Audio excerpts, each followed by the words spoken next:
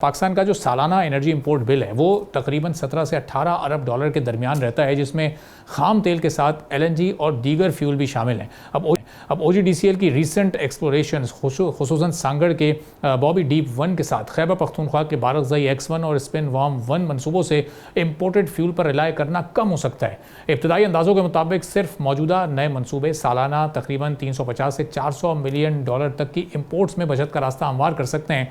अगर ऑफशोर मनसूबे भी कामयाब साबित होते हैं तो आने वाले बरसों में ये बचत 1 अरब डॉलर तक भी तजावुज़ कर सकती है। अब ओजीडीसीएल ने सिंध के ज़िला सांगड़ में बॉबी डीप 1 कुएं से तेल और गैस की बहुत ही अहम दरियाफ्त का ऐलान किया है। अब जो टेस्ट हुए हैं उसके मुताबिक कुआं रोज़ाना 2000 बैरल तेल और 1.1 मिलियन क्यूबिक फीट गैस पैदा करने की कैपेसिटी रखता है। इस मंसूबे की खास बात यह है कि ओजीडीसीएल ने कॉम्प्लेक्स लैंड और जियोलॉजिकल मसाइल को मकामी एक्सपर्टीज से हल किया है। जामशोरो यूनिवर्सिटी सिंध के माहिरीन के साथ मिलकर जदीद जियो फिजिकल सर्वे और टेक्निकल एनालिसिस के जरिए इस मंसूबे को दोबारा फाल बनाया गया है। ये दरियाफ्त पाकिस्तान की हालिया एनर्जी एक्सप्लोरेशन कामयाबियों की एक कड़ी है। बारकज़ई X1 पहले ही रोज़ाना 5300 बैरल तेल और 17 MMCFD गैस पैदा कर रहा है, जबकि स्पिन वार्म 1 से 40 MMCFD गैस हासिल हो रही है। इन मंसूबों से मकामी पैदावार बढ़ने के साथ साथ फॉरेन एक्सचेंज की बचत भी हो रही है। और इन मंसूबों के अलावा पाकिस्तान ने तकरीबन 22 साल बाद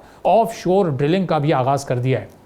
2025 के ऑफशोर राउंड में 23 ब्लॉक्स अलॉट किए गए, जबकि सरानी ब्लॉक में मुल्क के पहले बड़े ऑफशोर कुएं की खुदाई जारी है। अगर इन मंसूबों से कमर्शियल लेवल पर तेल या गैस दरियाफ्त होती है तो पाकिस्तान की एनर्जी इंपोर्ट्स में एक नुमाया कमी आ सकती है। एक्सपर्ट्स ये भी बताते हैं कि पाकिस्तान अपनी खाम तेल की ज़रूरियात का तकरीबन 85% इम्पोर्ट करता है। इसी वजह से आलमी तेल कीमतों में हर $10 इजाफे से मुल्की इंपोर्ट पर 1.5 से 2 अरब डॉलर तक का इजाफी दबाव पड़ सकता है।